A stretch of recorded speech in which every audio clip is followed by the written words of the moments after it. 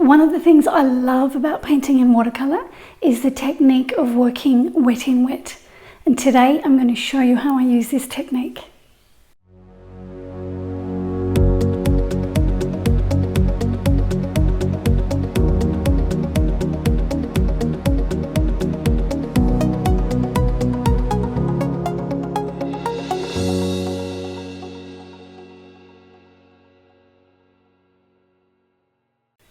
Hi everyone, I'm glad you're here.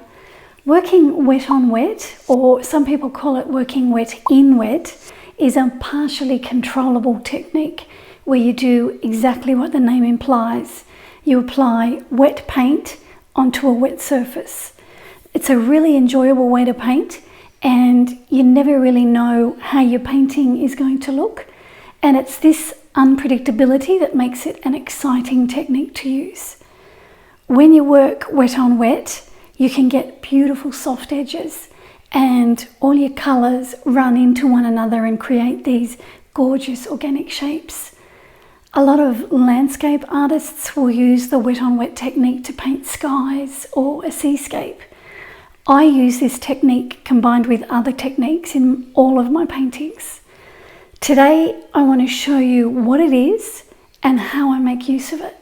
So let's have a look first at what it is. I'm just going to paint on a piece of Arches cold press paper here. I'm just going to wet a little square shape just with my brush.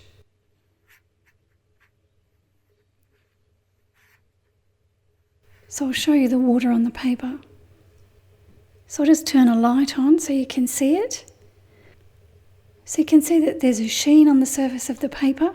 There's no great puddles anywhere. There's just an even coverage of water over the surface of the paper. So while the paper's wet, I'll just pick up some watery paint and then I just paint that onto the damp paper.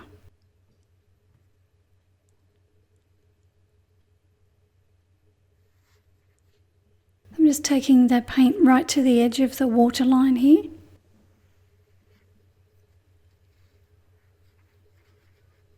You can see how easily that paint goes on too. So what I'll do is I'll drop another colour into that now. Just use some blue. And I can drop that straight onto the damp purple paint. And then you get those lovely organic shapes in the middle of the square there. The paint just blends together by itself. I'll just drop another colour in there now as well. Just some red. One thing to remember is when you take your paint right to the edge of the waterline, you'll get a hard paint edge around the perimeter of whatever it is that you're painting. If you don't want that, I'll show you how to avoid it in a little while. Okay, so how do you use that technique on your painting? Well, that's what I'm going to show you now. I painted this crow this week and I used a wet on wet technique all the way through the painting. For example, let me show you how I use this technique to paint the branch. So I'm wetting the branch with water. I'm not going to wet the whole branch because it'll dry before I get to it. So I'm wetting in between the tail and the feet here.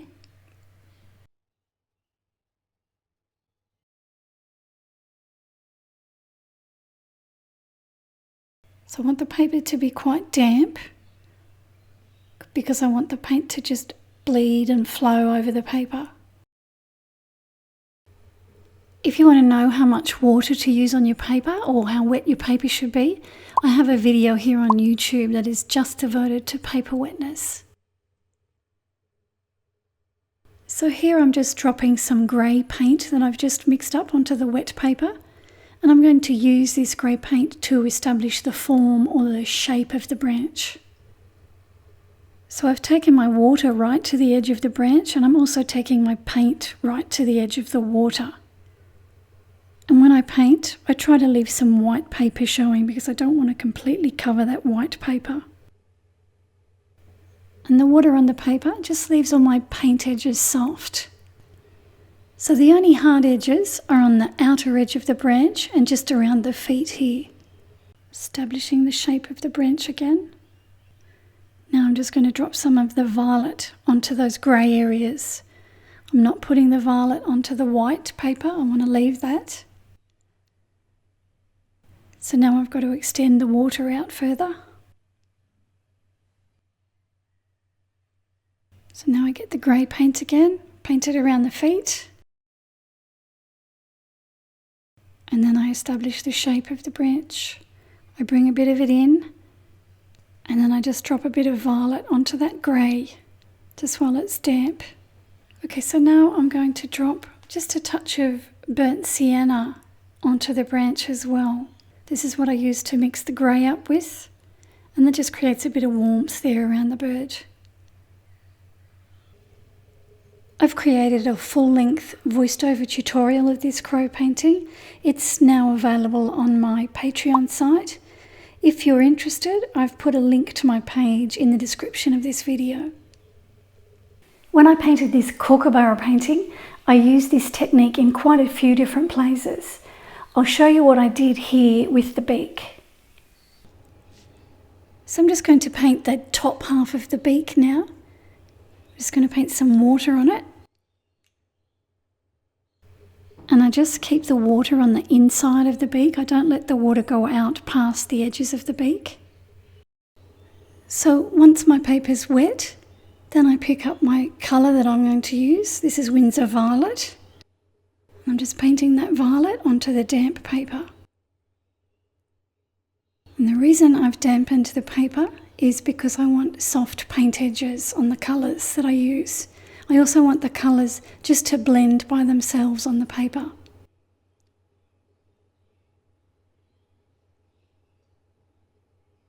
So now I'm picking up another colour.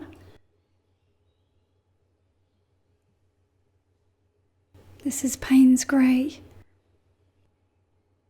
So I paint that Payne's Grey along the edge of the beak, and because there's moisture on the paper, the colours just blend together by themselves. I just push the paint where I want it, and it just blends with the violet. I get those lovely soft edges. I can also leave some white paper showing by not putting any paint there. So here I can just go a bit darker with the grey. All I'm doing is touching the surface of the paper with my brush, and the paint just bleeds over the beak. Every now and then I'll give it a little push.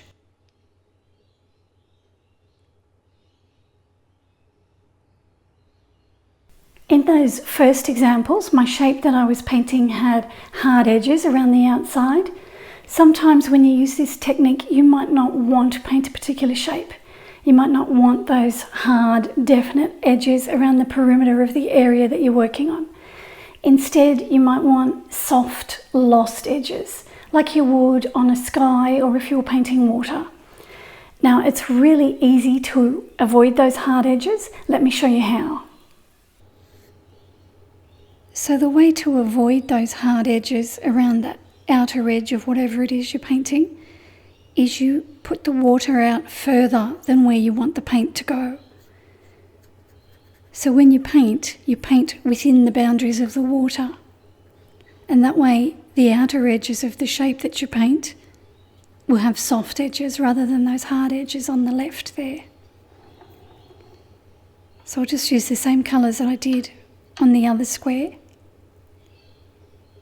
So now I keep my paint within the water, so I'm not taking it out to the edge of the water.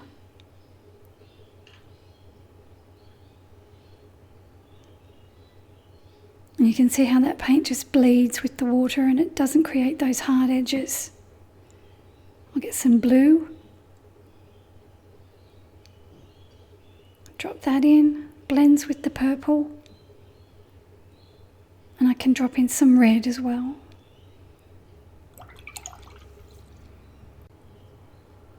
So here you can see that the edges are soft rather than hard. And you can also take a damp brush and just tease the edges out further and make them even softer. And your edges will remain soft as long as you don't take them to the edge of the waterline.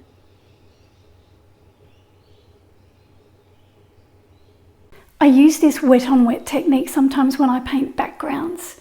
If I don't want any hard edges on my background, instead of taking my paint right to the edge of the water, I keep it well within the boundaries of the water, and that keeps my paint edges soft. Now, the best footage that I have to demonstrate this is on my chrysanthemum painting that I painted for Skillshare. So I've shown you this before, but I'll give you another quick look at it now.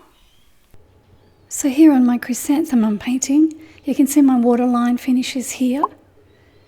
I'm painting within that waterline. I'm not taking my paint down to the edge of it. As long as I keep my paint away from that edge, all my paint edges will remain soft. So I just push the paint out onto the damp paper and it just blends with the other colours there. So now I'm approaching the bottom edge of the water, so I need to put some more water there before I go any further.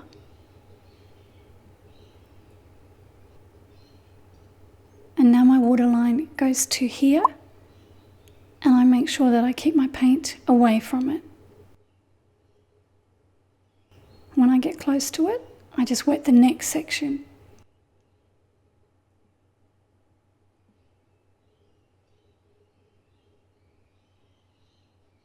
So I'm close to it now. I can't take it any further. Now I need to wet the next section of paper. So I just get some more water on my brush and I just extend the area of the water. I don't wet it all at once because if I do, the paper will dry before I get to paint on it. So then I can put the paint onto the damp paper. As long as I keep that paint away from the edge of that water, I'll have soft edges on my paint. Sometimes when I paint a background, I only want some areas to have paint on them because I want to leave some white paper showing. So when I work wet on wet, I'll have some areas where I take the paint all the way to the edge of the waterline, like I have here, and also over here, there's a hard line. And in other areas, I'll keep the paint away from the edge of the water, so I get those soft, lost edges like I have here. I never paint the whole painting using this wet on wet technique. While I love the loose expressive look that this technique gives your work, I also like my paintings to have some detail and definition. So I combine this technique with others just to balance it out.